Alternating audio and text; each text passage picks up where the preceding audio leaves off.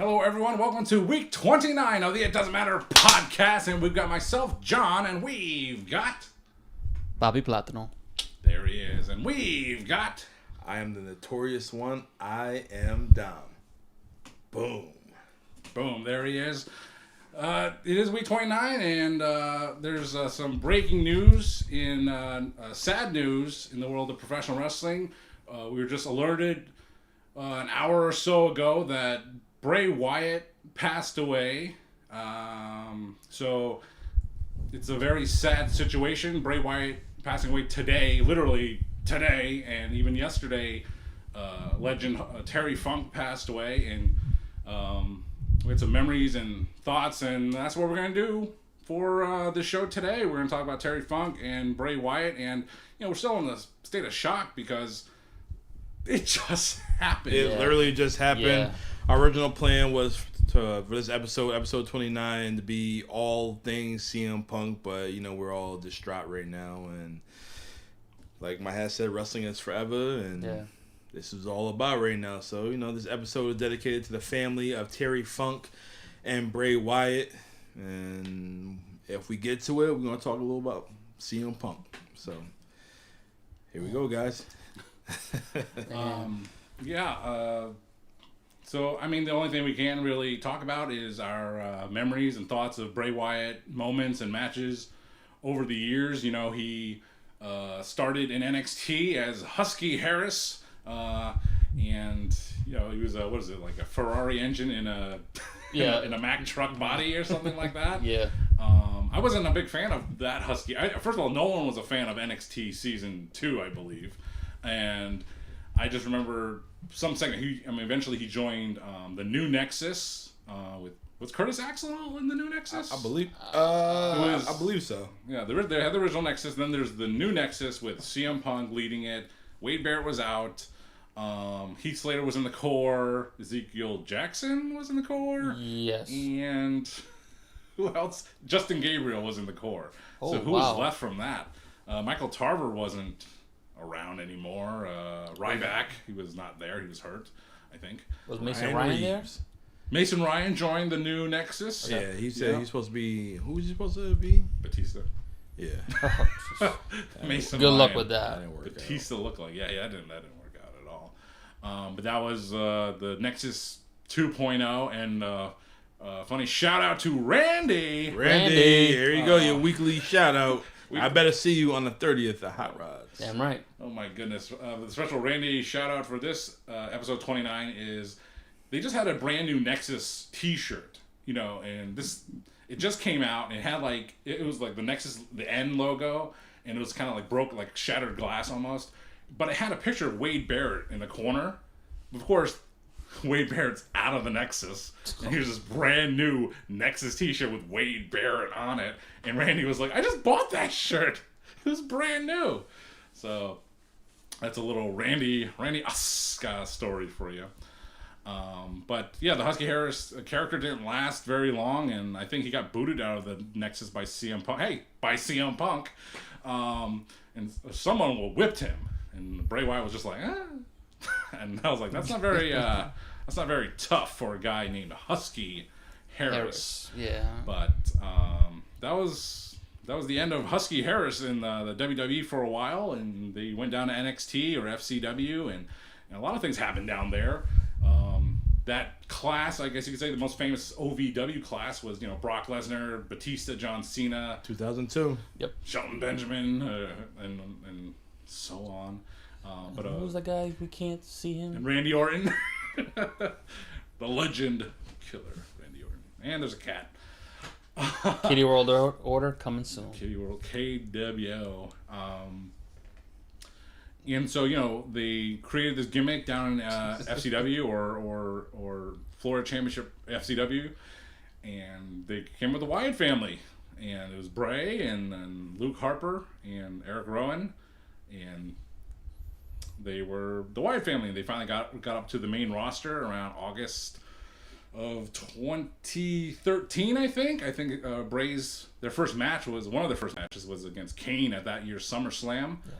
I'm not sure if it was all in red, but That was one of the first feuds, and they were huge. The Wyatt family took over WWE. They were freaking huge, and at the same time, the Shield was going on pretty strong, and it led to a tremendous match at, I think, the Elimination Chamber, 2013 or 2014. I thought it was Survivor Series. Yeah, maybe. Yeah. I remember there was one before WrestleMania one year. I just popped on the network. We was there. Yeah. I think I was either Jersey or Boston. I can't tell you exactly, but I know we went out there for that show and with the Wyatt family and the Shield. And that shit was dope. Yeah, wow. Yeah, I'm trying to think for thoughts of Bray. I remember hearing a story how he came up with this character because supposedly he was having mental issues even back then, saying that I forget who was it that came up to him. He said, "Hey, whatever character you got going on in your head, why don't you bring it out to life?" Came back. I guess he might have been watching some of I forget what's his name. Cape Fear. Yeah, that's what it was. I think it was that. Yeah. And he just came up with this Bray Wyatt character, kind of like a cult leader. Where, I mean, look at the two guys he's got with him, and here we go. Got Bray Wyatt. This version is the one I actually like with the Hawaiian shirt and that whatever the fuck that was. I gotta tell you, at WrestleMania 30 in New Orleans, everyone was cosplaying as Bray Wyatt. Yes. You know why? I didn't. The outfit cost $10. That's why. All you need was a straw hat, a Hawaiian shirt, an A shirt underneath, some white pants, and some alligator shoes. Did you do it? No. But that was like a very famous, cosplay. I remember one year I predicted, and I was wrong, that the biggest cosplay at that year's WrestleMania, I forget which one, I was like, everyone is going to be the Velveteen Dream, because he was over as F at the time. Wait, at WrestleMania 30? No, but one of the following I was Manias. about to say. Not 30, not 30. What are you talking about, Willis? But one of the maybe why was it 34? It was like again? 34, 35, yeah. something like that. Yeah. I was like, I'm predicting that Velveteen Dream cosplay is going to take over, and in retrospect, glad no one did. Ow! Bad idea. Have mercy. Oh boy. All right, now for me, for Bray Wyatt, I remember when NXT first came up, I subscribed to Hulu, and that's when I became familiar with Bray Wyatt, Luke Harper, and Eric Rowan. And you would see Harper and Rowan have these tag matches, and you just see this mysterious Bray Wyatt with the flowery shirt and the white pants and the nice boots and the straw hat just sitting there at the ring entrance, just rocking. I'm thinking to myself, this dude, he has a lot of potential. And then when he talked slowly. He made sure you heard everything he had to say. He reminded me of Jake the Snake Roberts. Yes, that's exactly where I was gonna. He reminded me of Jake. And you listen to this dude. Might not make no sense, but you listen to this dude. Silver-tongued devil. And then when he wrestled, he had it. Yes. Like, he would, creep the hell out of you. Like, yes. Mind games. The mind games with the spider move. The spider walk, the crab walk, you want to call it. When I first seen that as a big dude, almost 350 pounds, doing that. Oh, woo. The only thing I think of was that shoulder injury. Yo. That was good. Yeah. That was good. He played a lot of mind games inside the ring, and I enjoyed every bit of it. And then he had that snap. He would just turn on you real quick, and he'll just put the impact on you, pause. And it was just a great showing. Bray, he didn't need any world title. No.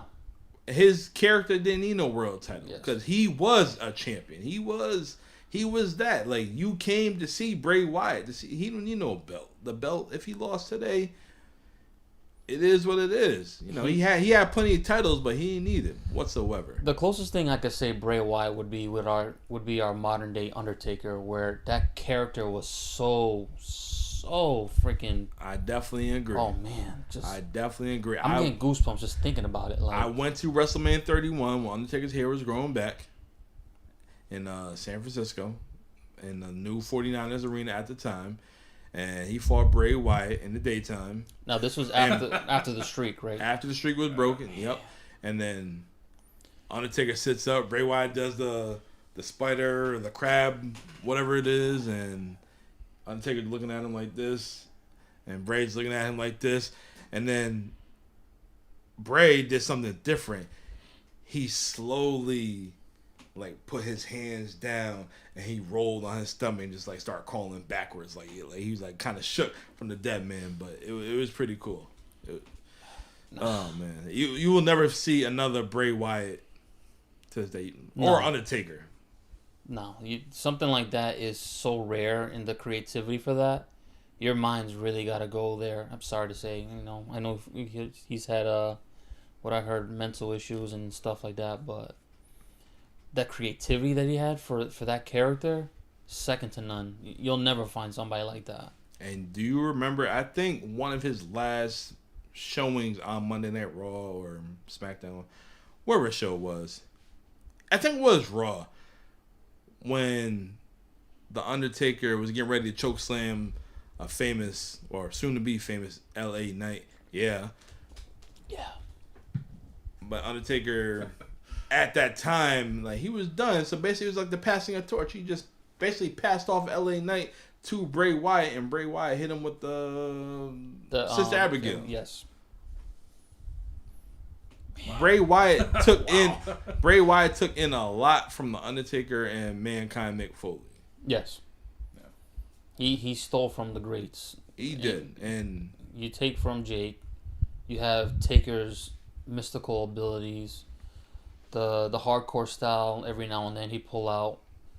Just man, you cannot recreate another Bray Wyatt or another cat. Yeah. Cat. I know. I mean, would you rather? I mean, the golden era of WWF, the early '90s, late '80s, and there's a lot of wrestlers at that time that did not win a world championship. Mr. Perfect, Jake the Snake, Rick Rude, those kind of guys. He won in the Bray won. Bray won titles. Right, but talking about a point made earlier, where Bray Wyatt didn't need a world title, but he did have one, but he didn't need a world title. He didn't need it, but yes. Yeah. Would you rather be a more infamous character like a Bray, like an Undertaker, and never win a world title, or have a record of winning a lot of world titles? You want to answer this or me?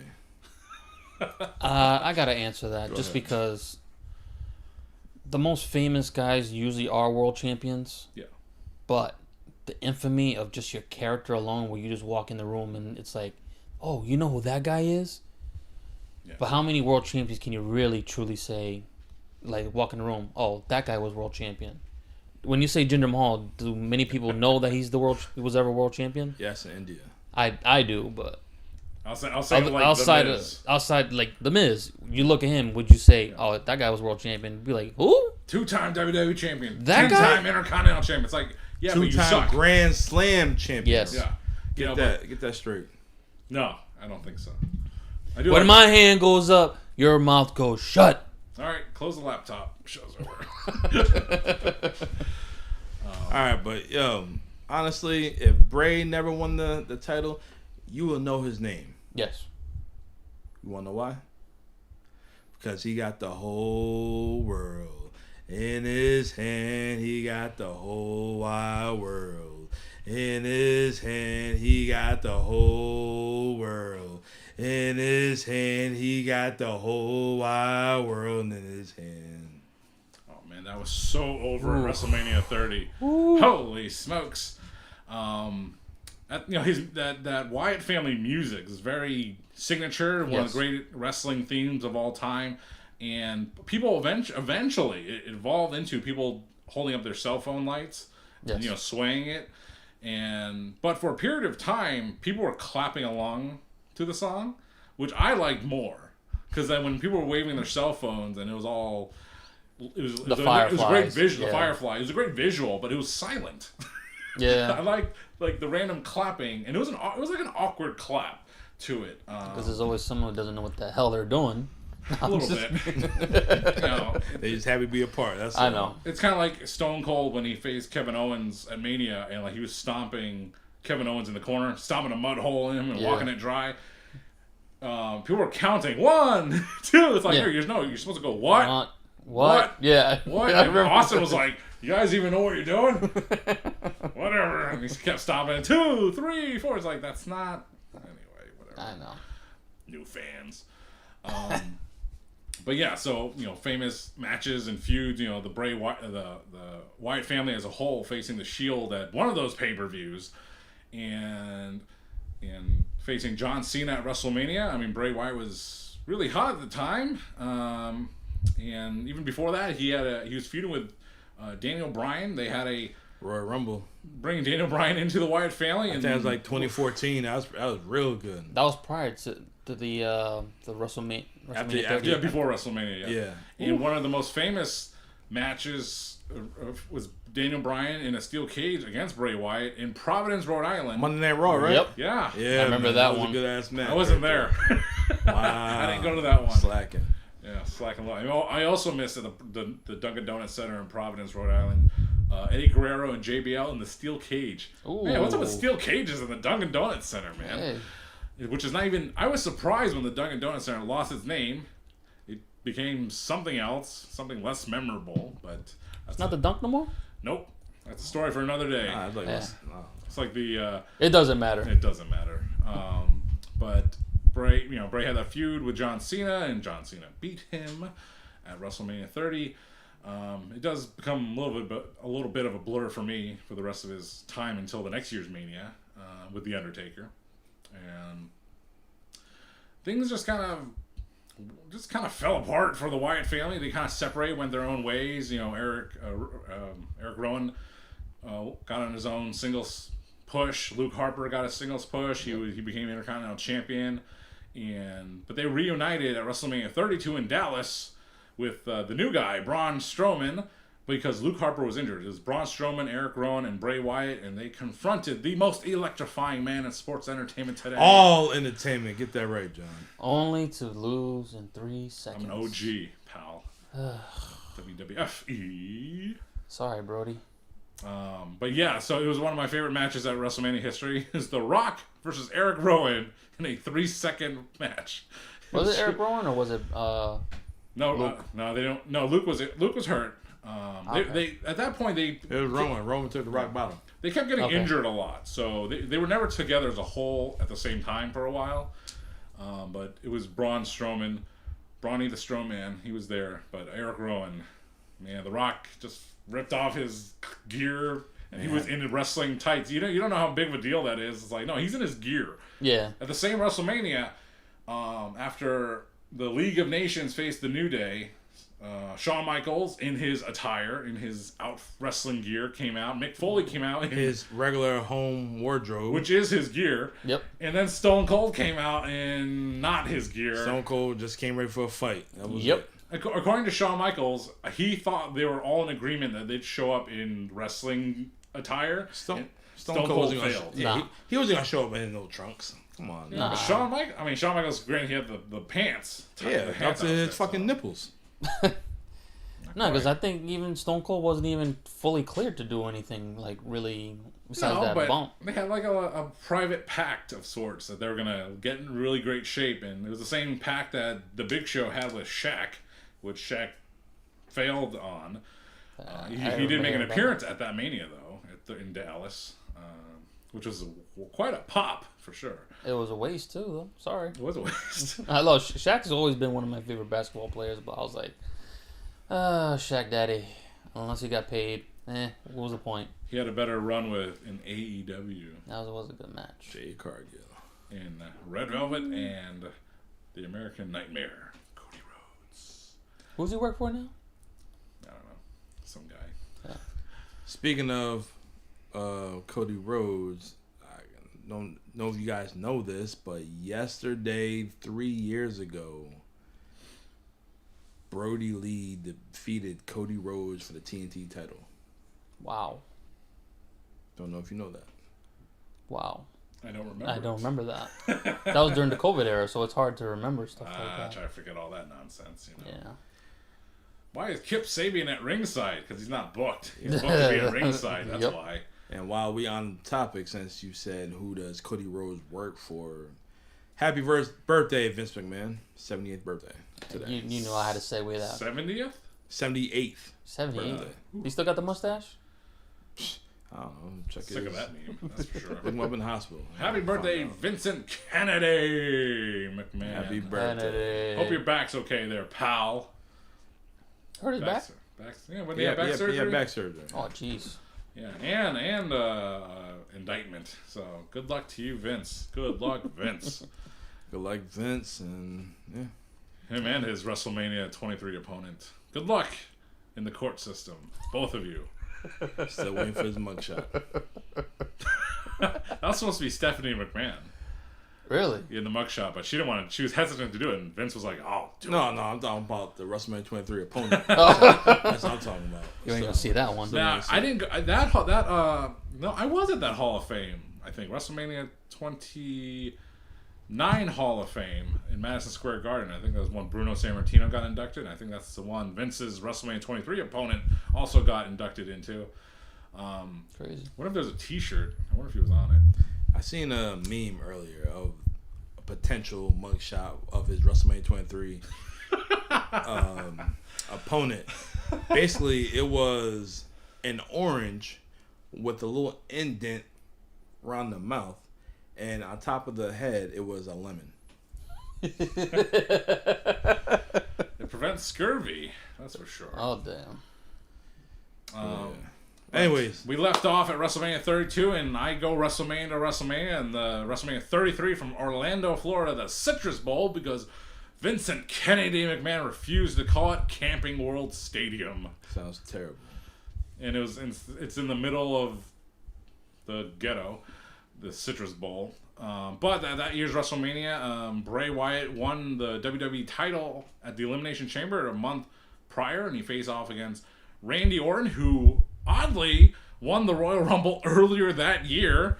And I believe that was a payment to Randy Orton for getting messed the F up by Brock Lesnar. Yeah. That's the only reason why Randy Orton won the Royal Rumble that year. I think so too. I agree with that because those elbows. I'm sorry. I still hate that match. Me I too. hate it so much. I'm like, this is unnecessary. I'd be Chris Jericho in the back. Like, are you kidding me? Yeah. What's wrong with you? Was that really necessary? Completely. And you could have really concussed this poor guy. And that's all because they don't want to. Blading is barbaric. You know what's more barbaric? Getting hurt for real. Yeah, Okay. purposely. Working the gimmick. I'm sorry, bro. I'm not gonna let you just elbow me in the back of the head like that. And No, it was in the forehead. they're friends. That's the thing. Abel, come here. No. Let me get you one time. Oh, trust me. Oh, trust me. Oh my God, that's like Wade Barrett loading up the bull hammer. But yeah, That was actually one of my favorite moments for Bray when he finally won the world title. yeah, that was really That was nice. his first title. I think who was it? Cena got eliminated, and then because he was a champion at the time, he just won the 16th time. It was just to get him another notch. Yeah. And that year it was a big game of hot potato with the WWE title. I think AJ Styles came into the year with it, lost it to John Cena at the Rumble, lost it to Bray Wyatt at the Chamber, lost to Randy Orton, who lost it to Jinder Mahal, who lost it to AJ Styles. I guess it wasn't that much of a hot potato. Okay. AJ Styles, yeah. Was it AJ Styles that got it back, or was it Bryan Danielson? No, AJ Styles had it for like a year, and then he lost it to Daniel Bryan the next year. Crazy times. Crazy times being a WWE fan. Being a WWE champion. No, it was. Yeah, AJ did get it back because the following year, Bryan Danielson, or Daniel Bryan at the time, He came back. came back, and that's when he beat AJ to go against Brock Lesnar at the Survivor Series. That vegan belt. Yes. Oh, I hate that fucking belt. I like God it. damn it. I hate it. I like it a lot. But WrestleMania 34 in Nolens once more. He was on the pre-show as a surprise tag team partner of Broken, Matt Hardy. Matt Hardy won the Andre the Giant Memorial Battle Royal that year. Yes. And Bray Wyatt joined him at the end, and they actually feuded a little bit in the months leading to that. They were actually, back at that time, 205 Live and the Cruiserweight division was a thing, and 205 Live was going to tour their own brand, but they knew that wasn't going to draw. They were actually going to the Lowell Memorial Auditorium, and I thought about going. and it was going to be headlined by Enzo Amore, but they decided to put main roster talent Bray Wyatt and Broken Matt Hardy on the card, but the 205 Live tour didn't last very long, and as a matter of fact, that Lowell show that I thought about going to was the last 205 live event, because the day after that, Enzo Amore got accused of improper things, which he was later acquitted of, but it led to the end of his WWE career. Sadly. Speaking of Enzo, did you guys hear him on Bust Open Radio last week? No. Oh my goodness. It's Busted been a open while. behind a paywall? No. Free? Serious satellites. Well, Yeah, you got to doesn't pay. help. Doesn't help there, pal. Well, if you have the podcast on your phone, you can listen to it. Well, it doesn't matter. Podcast is free for all subscribers. Yes, and it the is. Bust Open podcast is free too. But you Okay, like fine. a little certain amount of clip. But anyways, this man was going off. He said, and he didn't lie. He's the greatest talker of all fucking time. He's the main event on Monday Night Raw, and he shut down that whole damn division. He seriously did all that, and people want Enzo just talk like, nah, he's more than that. Like, No, that guy can sell. he'll put you. Yeah, remember when he took the fucking rope to his fucking forehead or throat? And he was, That was real. Sorry, bro. That was not meant to happen. God should not have picked him up. Just, hey, exit, done, no more.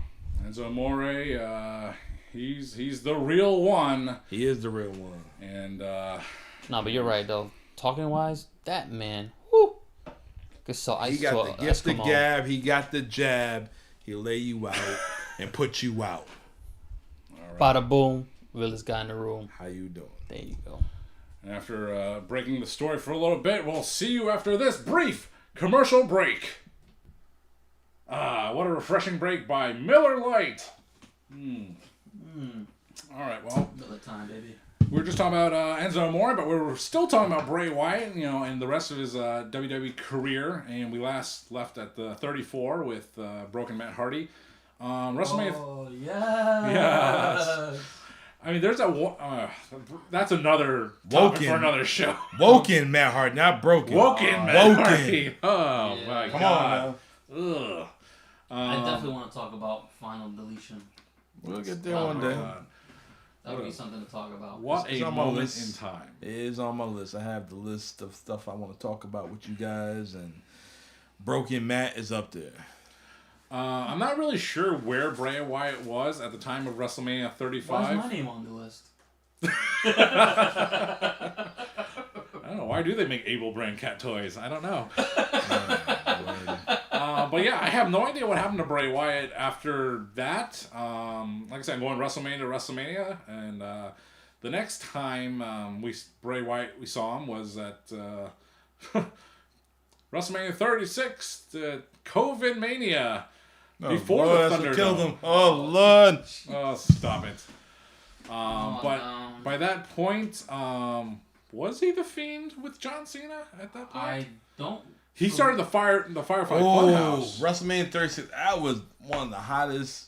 That- I might even call it a match because we got literally everything we wanted in that segment between Bray Wyatt and John Cena. 'Cause we wanted Cena to turn heel, so you've seen Cena with the NWO shirt. Yep.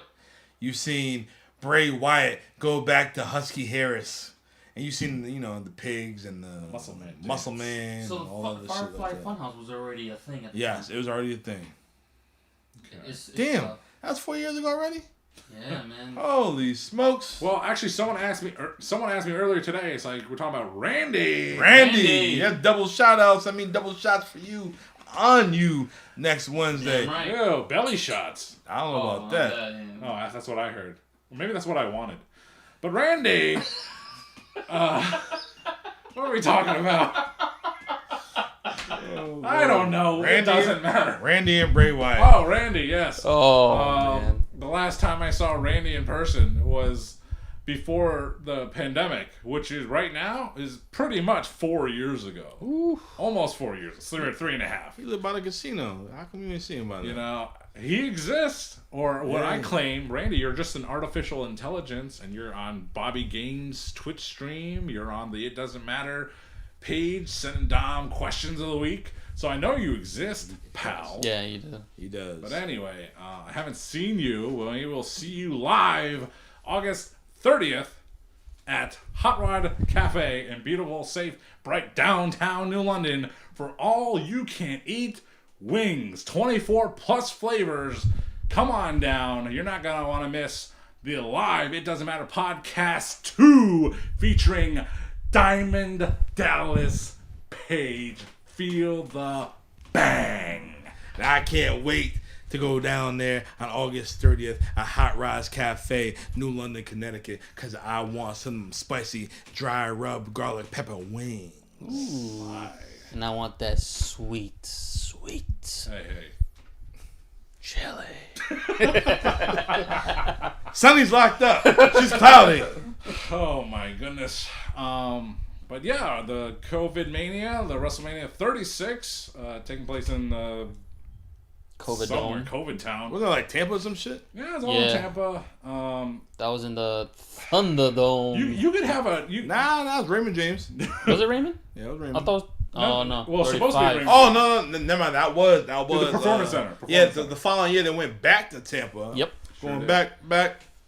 I mean, So WrestleMania, Tampa. that COVID WrestleMania, that's its own WrestleMania. It doesn't matter topic. I mean, that's just insane. And they did. You just look back on it.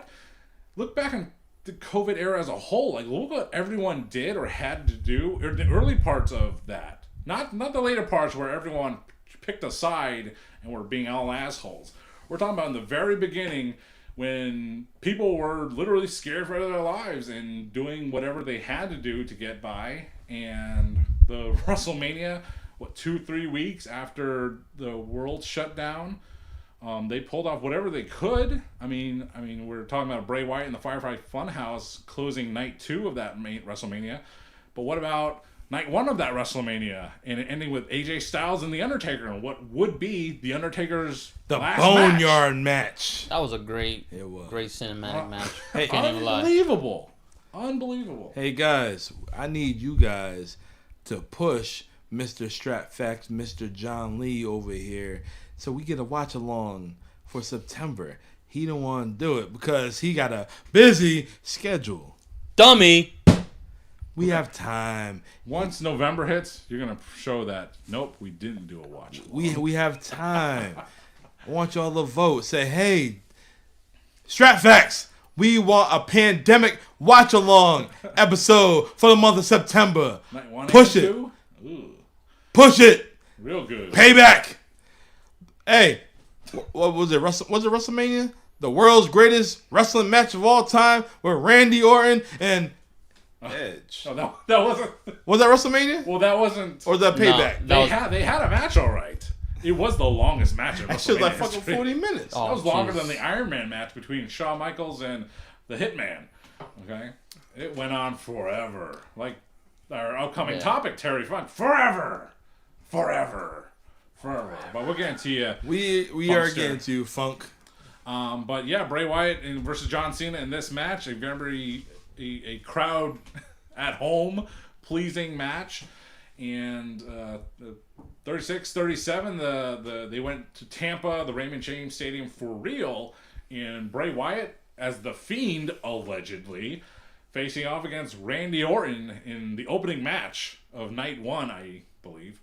And questions abound whether that actually was Bray Wyatt as the burnt Fiend. Remember, he got burnt, right?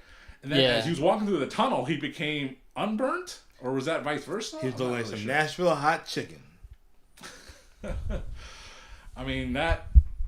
I don't remember a lot about that match, but I think it had a clean finish and it didn't go on forever, and I liked it. So Randy Orton is a 2-time beater of worlds of beating Bray Wyatt at WrestleMania. Imagine that. And Alexa Bliss was in there, too. She was. She was sitting on a high Sitting top on chair. his face. Oh. Vote for that, guys. So that was 36, 37, 38. That was Dallas again? Was that? Raymond James? It was Raymond James.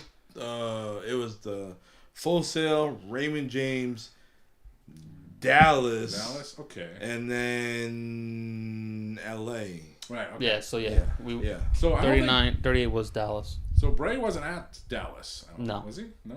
No, he wasn't there. No. Because did he get fired? Was he gone? Yeah, they let him go. Unfortunately, yeah, they brought him during back. the whole layoff crap, which made no sense to me.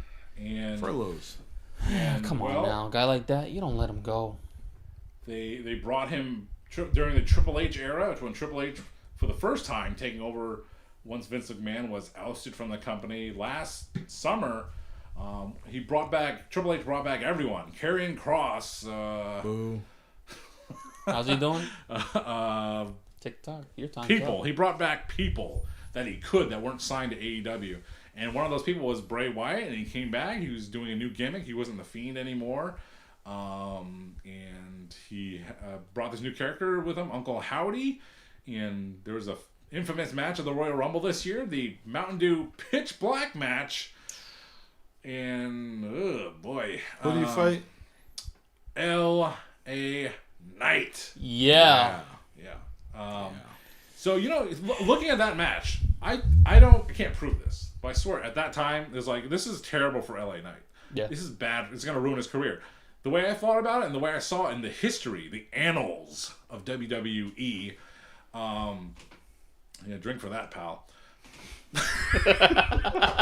The annals of WWE is that they'll do this. I mean, sometimes it's a test. This Pit Black match did not seem like a test, okay? But it shows you, like, look, how bad can we make you look? LA Knight, how bad can we make you look? Competing in this silly Mountain Dew Pitch Black match. If you come out of it a stronger, and it doesn't kill your spark, your career, doesn't kill your momentum, and look where it has taken LA Knight to now. Yes, so he elevated to the top. But You know what, John? We watched the Rumble together. Because you know why? Because you bought yourself one of the Mountain Dew Pitch Blacks. Yeah, you did. I seen you drink it on camera. Off camera. What? I seen you drink it. Yeah. We watched... No, we didn't watch the Royal Rumble together. You was there in spirit. I said, John, he said, this is brisk, baby. I was able to find, believe it or not, Pitch Black was hard to find. Pitch Black was hard to find at the time because it just came out. It was grape flavored. I was able and lucky enough to find Mountain Dew Pitch Black Zero, and that was a big seller for all them boys at the Royal Rumble party. John don't like that sugar, but he like that sugar. I got a sweet tooth. I'll bite you. All right. So, anyway, Bray Wyatt was supposed to have a match at this year's WrestleMania in Los Angeles against Bobby Lashley, the Almighty. It did not happen. Yeah. A lot of people were disappointed, and as of today, that was the last time we saw Bray Wyatt in a official capacity. And we were hoping that he'd come back. We just heard rumors that he was sick, and maybe some pictures surfaced, and he looked fine. Yeah, he didn't look husky. No, he looked like he lost a little bit of weight, but yeah.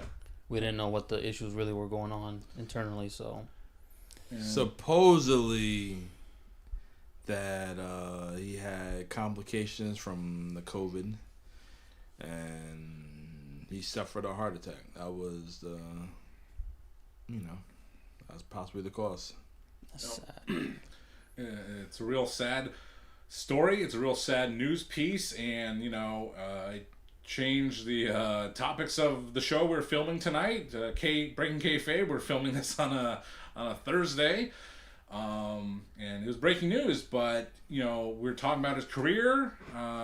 We can't talk about the person because we don't know these people. We know them as the television performers that they are, and how much they entertain us over the years. And the only thing we can do is celebrate them, acknowledge them, and remember them for the entertainment they provided us over the years.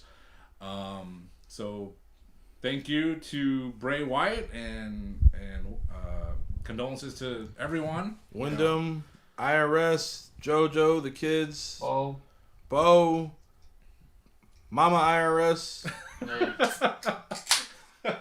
we're sorry for your loss. R.I.P. Salute to you. That one, it hurts because Bray is a 36-year-old. I'm not sure if he's married, but he is a father of 2 or 3 children, and 2 with JoJo, I believe, and maybe from a previous marriage. It's sad. It's sad. You know, I got my 2, and Bray, he was young. He was a young guy. He had literally the world in his hands, and he lived his life. He was a former WWE champion, 2-time Universal champion, Raw Tag champion, SmackDown Tag Team champion. So Bray, Bray did all that. Yes. Oh my God. Bray did all that. So he lived the dream. You know, he had a better career than his father. Ooh. I'm not knocking IRS, but he had a better career than his father. But that's what every father's dream is, for their kid to do better than they do. Yes. But it's also a parent's worst nightmare to have to bury their child. I agree. Yes, it's a sad time in the wrestling industry, and that dude had a connection with just about everybody. Yes. Like, even everybody in this room cannot say that. Seriously, we never met the guy personally, but something about him, we're connected to that guy. So yes, Abel said it. We don't know Wyndham Rotunda, but Bray Wyatt, he affected each and every one of us. Yes. There's not many that could do that. We literally seen this guy elevate to the next level to become one of the top stars of the WWE. Yeah. We literally seen that. That's why it hit us hard, being the die-hard wrestling fans that we are. It's like looking at one of your peers, like he's literally in our age group, and you're like, yo, get your shit, keep going, bro. Like, he did everything that we can all aspire to. What you said, 3-time world heavyweight champion, basically. Yeah, like, WWE champion, 2-time Universal. Yeah, you don't get that many guys that even win 1. He won 3. And the characters he had, they all were over. You know how hard it is to even get over with one character? He got over with all of them. That guy will forever be missed. He was very underutilized, in my opinion. His creative mind could have probably brought him to the dance even further on in the backstage capacity. Who knows, man? It's sad. It is very sad. It hurts me hard because 36 years old, like, oh man, just man, it sucks. And we spent 40 minutes talking about Bray Wyatt, and like Abel said, he's 36 years old. He's younger than me. Y'all, I think y'all 2 younger than me.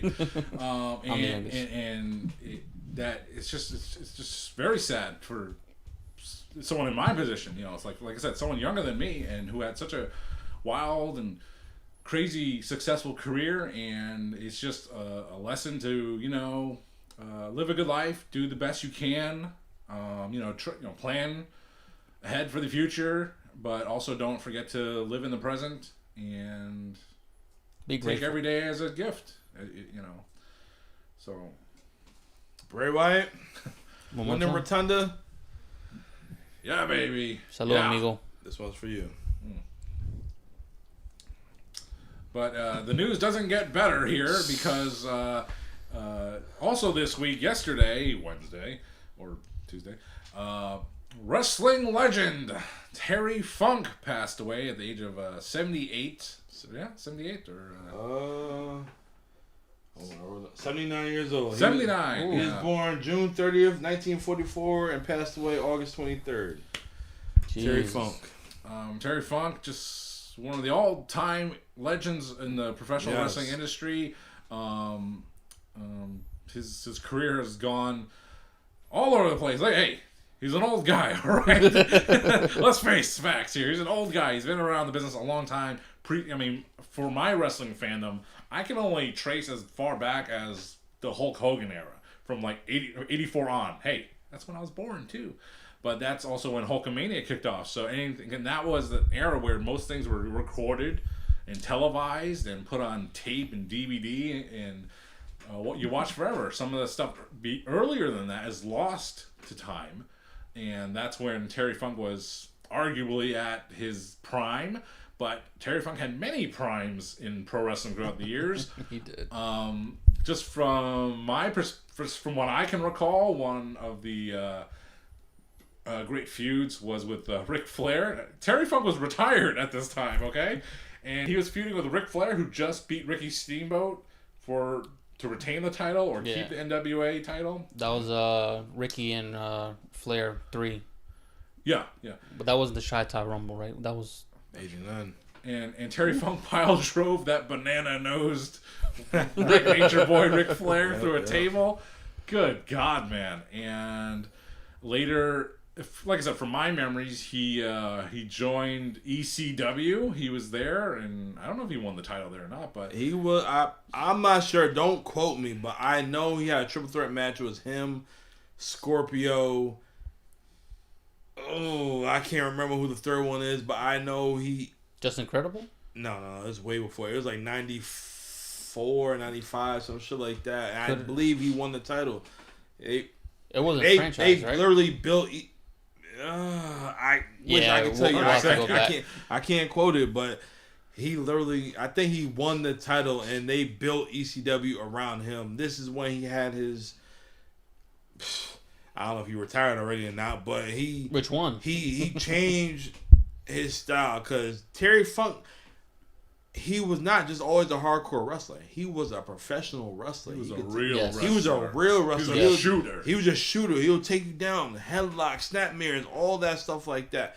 But as he got older, when he became the middle-aged, crazy, wise, Terry Funk, whatever you want to call him, the hardcore legend, this is when he became extreme. And ECW, he did the damn thing. Yeah, he did. I remember in school, I only used the words JR used to describe him on Raw. It's like, Terry Funk, he's middle-aged and crazy. So I repeated that. And they're like, he ain't middle-aged. He's older than that. I was like, yeah, he looked whatever. Yeah, he took such a beating throughout his whole career. Jeez. I believe he was at the first WrestleMania or the second WrestleMania 1, 2, 3. He was. I don't think 3, but he might have been on first 1. I want to say. And he didn't come back until WrestleMania 14 in Boston, Massachusetts, as Chainsaw Charlie. Oh, I'll be honest. I don't know much about Chainsaw Charlie. I'm gonna be honest. I don't know much Terry Funk. Like, I seen the man wrestle. I seen like the old Clash of Champions. I seen when he fought Flair in the I Quit match. I remember watching that. Not as a kid, obviously, but rewatching it. I know him and Mick Foley. I know him and his little run to ECW that he had and whatnot. But you do realize that Cactus was just imitating Terry Funk. That was a mentor, of course. I know. That was the best thing, to be tag team champions with your mentor, Chainsaw Charlie. I mean, that's good, but it's gone throughout history. If you said that about Mick Foley, like you see Mick Foley as he was getting more famous in his career. Oh, he's a Terry Funk knockoff. Well, guess what they're saying about LA Knight now? He's a Rock and Stone Cold ripoff. What? The two greatest guys of all time of the Attitude Era, you want to be knockoffs of them? Go ahead. As who else is doing would say, sign me up. Exactly. Who else is doing that? Yeah. Nobody. So, but yeah, there's nothing wrong with imitating the greats. I mean, I do it every day. Exactly.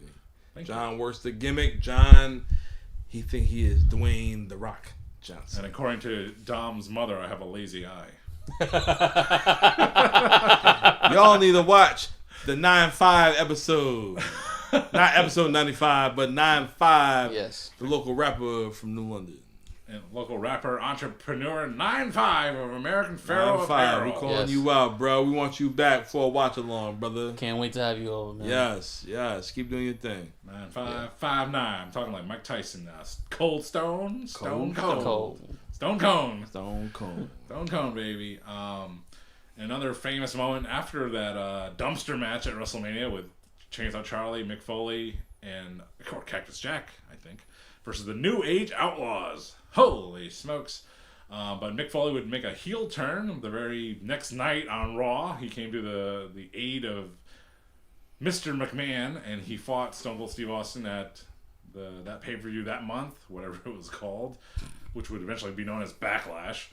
and also at Over the Edge the very next month. And Terry Funk would be there. He'd be part of that. He'd be trying not the famous Over the Edge, right? No, not the famous Over the Edge. But Terry Funk was a part of that angle. He was trying to talk Mick down from being a corporate shill. And, Jesus, and you got to say that word too after? And got to talk him down? Talk him down? Oh, boy. Listen, pal. He didn't talk him down at the King of the Ring 1998 when he was also there when Mick Foley fell or was chokeslammed through the cage by The Undertaker. God. That was just, ugh. Stay down, Mick. Stay down. Stay down. Stay down. One of his another top moments was Mick Foley. He got chokeslammed off the Hell in a Cell, and then Foley. All right, when you liked it. When Terry Funk just seen his man just go through, and he went in the room, went into the fucking cage, cell, whatever, and Undertaker just chokeslammed him too, and Terry's shoes off, Mick Foley's shoes, all over the fucking place. It was a wild time. It was a wild time. That match, we're gonna talk about that down the road in a few months. We will in June. Oh my! Next year. And the next Terry Funk memory I can recall is that if he found his way into WCW, I think it was early January 1999 or January 2000. See, I remember those days. Yeah, I remember him being there, but like I said, 99 to 2001 was just It's a blur. It's a blur Yeah. for sure. That's why those shows are fun to watch. But he was in a feud with Jeff Jarrett, who was the WCW champion at the time, and whoever the commissioner was kept bringing these legends. He brought in Jimmy Snuka. He brought in, Terry Funk to Snuka was on WCW? Jimmy Snuka was faced Jeff Jarrett on Nitro. Oof. Yeah. Really? Yeah, he didn't kill anyone at that time. Oof. Oof indeed. So the original Legend Killer, you're saying, is Jeff Jarrett. Man. Yeah. So Jeff Jarrett was doing the damn deal like he always damn does, and good old Slapnuts himself was the man. He was an original WCW champion. You can't say that about during the Alliance. Jericho won the title, The Rock won the WCW title, but Jeff Jarrett won the original WCW title. But then again, so did David Arquette, infamously. Ric Flair won one Vince of his... Russo. Vince Russo won. Jesus. And Ric Flair won one of his 16 World Championships when Kevin Nash handed it to him. Oh, geez. Wait, what? Yeah. Oh, so he just gave the belt. Like, here you go, Rick. There's a T-shirt when Ric Flair went to the WWE Hall of Fame, and they listed all his wins for the 16 World Championships. One of them is just like handed by Kevin Nash. Terrible. Oh my God. Yes. Because Kevin Nash was like, "You deserve this, Rick. I'm going to give this title to you." Terrible. Oh, my God. That is the most WCW booking I've ever heard. Very WCW from 99 to 2001 is trash. That's why WCW is not here today. I say that shit all the time. You know who wasn't trash during that era? Terry Funk. Psycho Sid Vicious. Lord, Jesus Christ. Goldberg! Goldberg. Man, Sid is the master of all the wrestling moves, including the trip. The trip around the world. The trip around the world. Around the world. My goodness. We'll be talking more about Sid next month because I need my Sid fix. We need that Sid fix. There'll never be enough of this guy. You big dummy. Oof. Oofa. Don't ever ask me, hey, I want to see y'all do a whole episode about Sid. Oh, Hey, you know what? I want to do that. I'm not going to lie. If anyone has a VCR, find this VHS cassette. They released one with the best of Sid Vicious in WCW. Oh, my goodness. Maybe you can find it on eBay. Ooh. Perhaps. I might sit back and watch this one. Is his ankle broken on the top rope? This is the man of the millennium, Chris Jericho. Isn't that the goofiest thing? Guy who headlined WrestleMania in 1992. I'm the man of the millennium. The Millennium Star, yeah. Good Lord.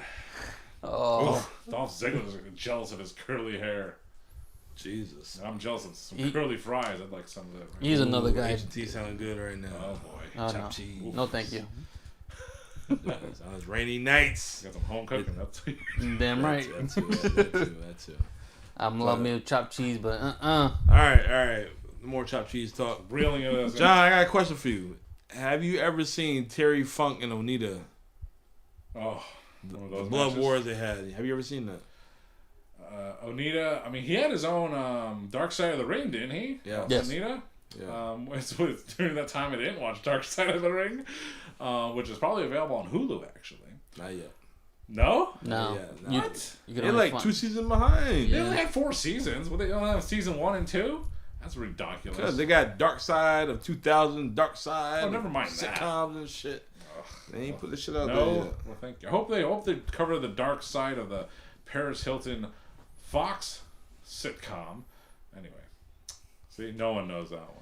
I know the porn they had with Paris Hilton. Tommy Lee, he's got a bazooka. That was Pam Anderson. Pamela Anderson's got bazookas. But no, I never saw a Terry Funk Onita death match. The idea of that sounds really cool. Like if you're in high school, it's like imagine these Japanese hardcore death match. They got barbed wire and explosions. And like that sounds freaking awesome. It's the kind of thing you would find at FYE, Suncoast. What did it used to be called? What is it called? Suncoast. Strawberries. Suncoast. Was it FYE. Strawberries? Yes. And BAM! Where's Bam at? Never mind, Bam. But they would have those weird tapes in the wrestling section at what would be the FYE eventually, and I don't know. I never bought those. They were just too crazy looking for me. But no, I never saw that. But Terry Funk, like many wrestlers, had a second career in Japan because they weren't getting booked, like Dennis Stamp. Who? They weren't getting booked, so they had to go to Japan, and they found a second career, and some thrived over there because they had to go to a hardcore style, because they can't wrestle anymore. Like, is it really that hard to do a drop toe hold versus falling on a bunch of fluorescent light tubes? Is it that much easier? You know? I don't know, man. I mean, wrestlers throughout history that have gone back to Japan after, they were in Japan in the 80s. They loved their time there, went to WWF or WCW. Then they went back to Japan, and they're like, this style is hard. And examples of that, Ted DiBiase, the $1 Million Man, arguably hurt his neck in Japan.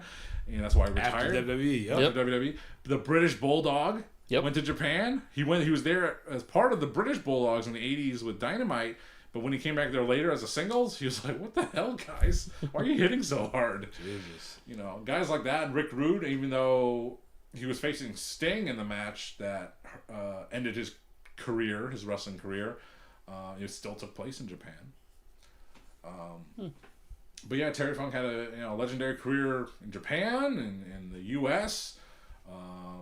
And him and his brother Dory, they entered the WWE. Finding Dory, they entered the WWE Hall of Fame and got the Hall of Fame ring as with his like I said, with his brother. And hey, Terry Funk, just Terry, a you are name the you would man. know. You are the legend. Yeah. Absolute legend. That's it. Yeah. So You have anything you want to say about Terry? No, I didn't really follow his career like you said. He started his career way too early for me when I was way too young. So whatever I saw was either ECW or the remnants of his what he had left. So all I really can remember was the dumpster matches, and other than that, I can't recall anything with Terry. But Yeah, he had some bangers. He had another retirement match in 1997. I'm not sure. It was like a third, fourth, fifth retirement match. you said 1997? is that Beyond the Mat? Oh, that was the one They showed it against Bret Hart. that was Hart. that was prior to the whole screw job. Yep. Oh man, I forgot about that He one. had that classic Come match. on, it's my retirement match. You had Come him on. and Flair. You had him Bret. and Steamboat. You had Bret. him and Mick Foley. This dude, he Bret. fought nothing but, Your legends. mother was a Your mother was a what, Abel? whore. Shut your mouth. I had to get that one out. At least get that. I mean, God, what did he just say? The last thing I seen of Terry Funk, it was when Dean Ambrose received the chainsaw from Terry Funk. And the chainsaw worked. I don't know. I seen that shit on the X, also known as the Twitter. I seen that shit today. on the Twitter machine. The X machine. So that was the chainsaw from when he came out of a box. No, it was a different chainsaw. Okay. It's like he took one from like a city New London and one side of my trailer and took the thing and put some 2-cycle in there. And that was it. and then it just disappeared into never Chainsaw The Charlie. best chainsaw action I ever seen was the movie American Psycho with Christian Bale. This motherfucker was butt ass naked, and he's standing on the stairs with some white New Balances or some fucking shoes. I know. Just dangling the fucking chainsaw like this. The chick going down the stairs, and he just fucking dropped the chainsaw. We always gotta enter a movie into our talk for some reason. Chainsaw. There's a saying that I can't think of. And, Bang, bang. I guess we'll. You know, Batman actually killed Joker in that movie. Yeah, he bitch slapped him a couple times. You know, here's a quote: "You die a hero, or you live long enough to be a villain." Yeah. So Yes. that's reverse in Christian Bale's career. Basically, yeah, he was the He villain. became the Batman. When he was trying to bite that chick in American Psycho. Good You movie. ever see that movie Heat? That was a good movie. Yeah. Yes. And We ain't talking about the one with Sandra Bullock, right? You talking No. about the old school shit? with Robert De Niro. Yes. Yes. It's one of my brother-in-law's favorite movies, and we tried to like watch it one night, and we're like, it's not on any streaming platform at that time. It was ridiculous. But that guy, the character, the Wayne Grow, the guy that looked like, anyway, he was the villain in that movie, and he was with a lady of the night, and She was a whore. he just freaking killed her after. Ugh. Anyway. Yes. But yep. That was Terry Funk. So salute to Terry Funk, legendary career in the world of professional wrestling for you. Salute.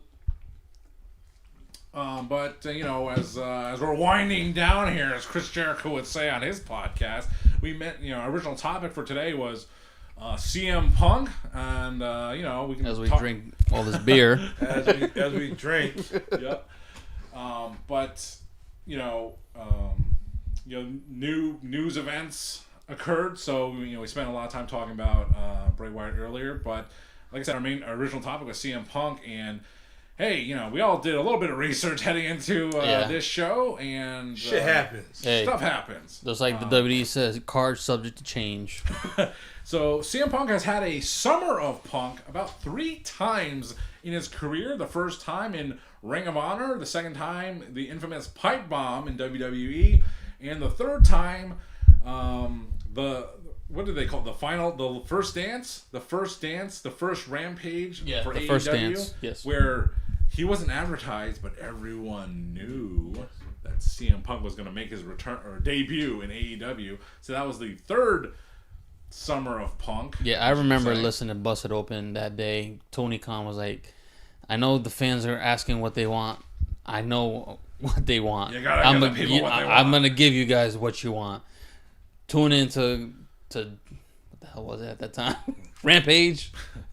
So many damn shows now. Shit.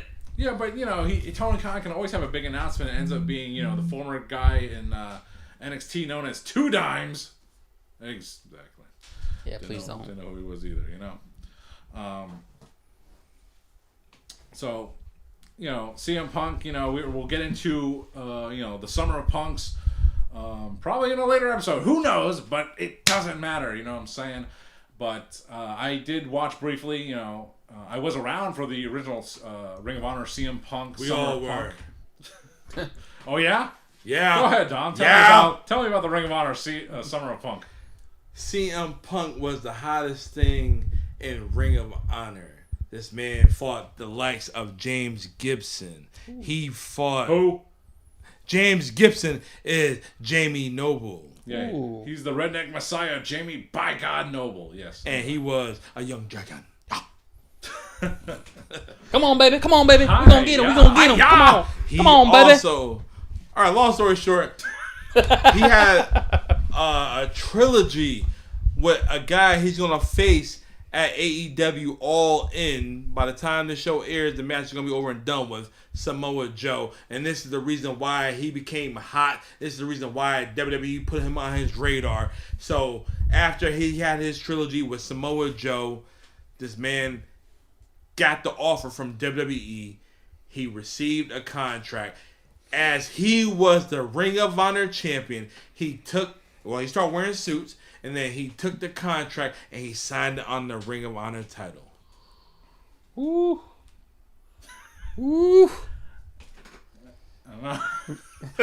You know, we have to take a pause for the cause. Take a pause for the cause. We'll be right back after this brief commercial break. God. All right, so we left off with CM Punk signing his WWE contract on the Ring of Honor Championship, a very heat-making moment, unless you're a smart fan cheering him on during that point in time. That was you, John. I know that was you. You shut your mouth. But we're going to flash forward just a little bit because, you know, we're strapped for cash, strapped for time, strapped Fax himself. We're going to shoot forward to the pipe bomb promo and that summer of Punk because, you know, CM Punk was in the WWE for many summers before that. What makes this one so special? Pipe bomb. 2011. Abel, you want to break it down, or you want me to get to it? Yeah. So 2011. This is when his contract was up or coming to an end. Around. Where's he gonna go? Where is he gonna go? Is he gonna go to? Hey, Colt Cabana. Is he gonna go to TNA? Is he gonna Ring of Honor? Is he gonna go to New Japan? No AEW yet. It was not around. But yeah, he was still the champion at the time. No, was he the champion? Was he the number one contender? I believe. No, he wasn't even number one contender at the time. No, yeah. So he dropped the pipe bomb. He went against Mysterio and Alberto Del Rio in a triple threat match.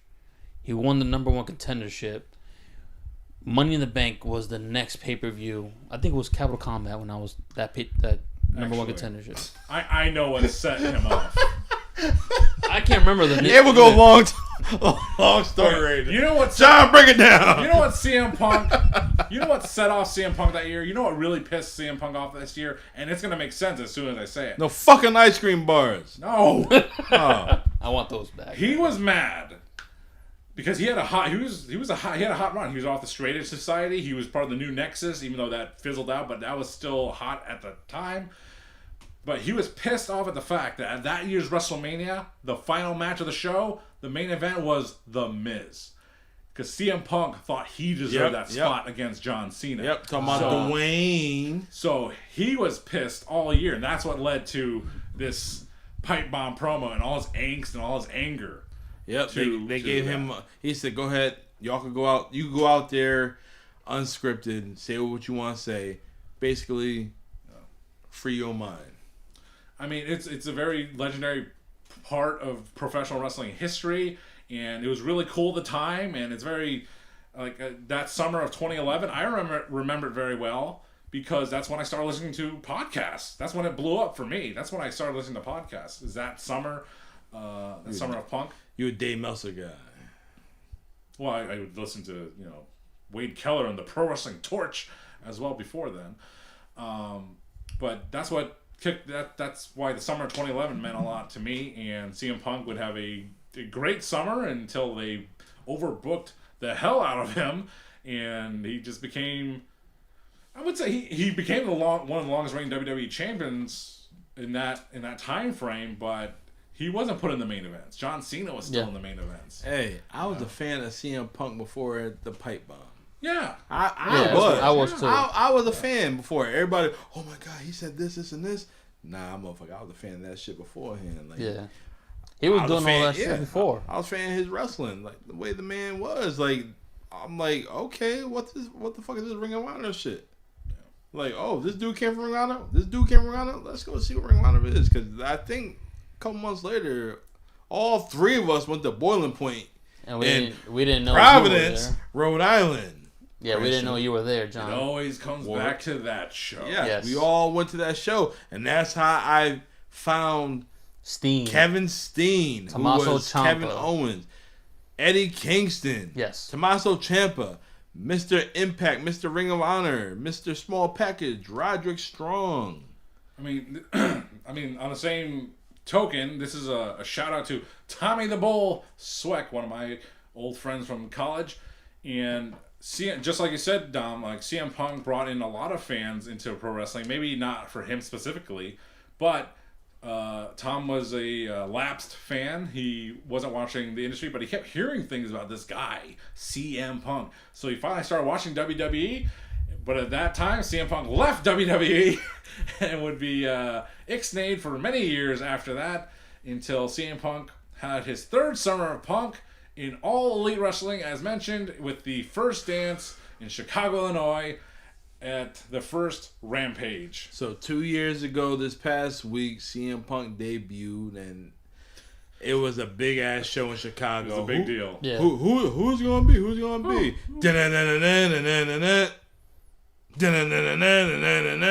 Stone Cold?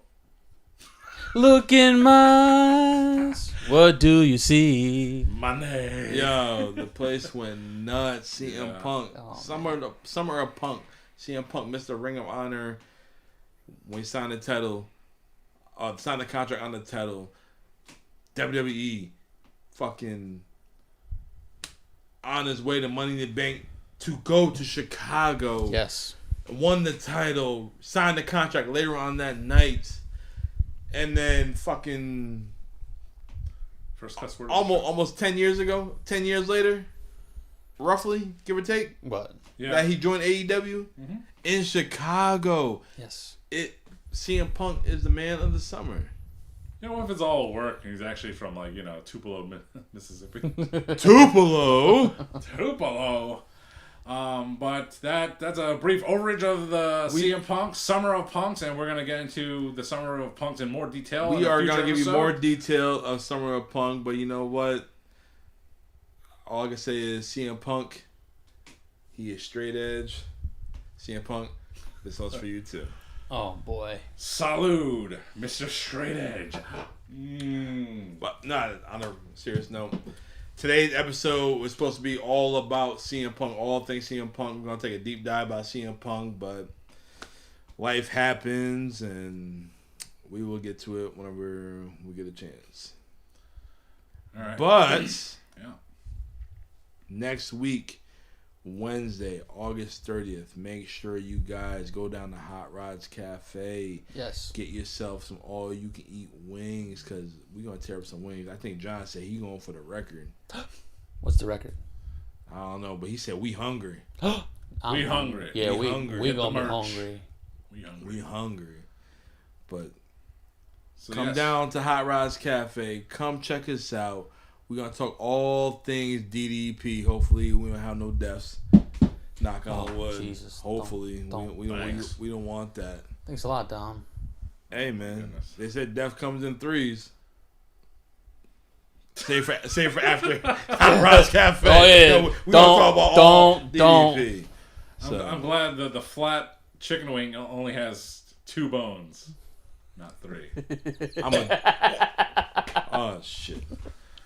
Well, that's week 29 of the It Doesn't Matter podcast. So thanks to everyone for watching and listening. For Abel, Dom, and myself, we will see you next time. Boom.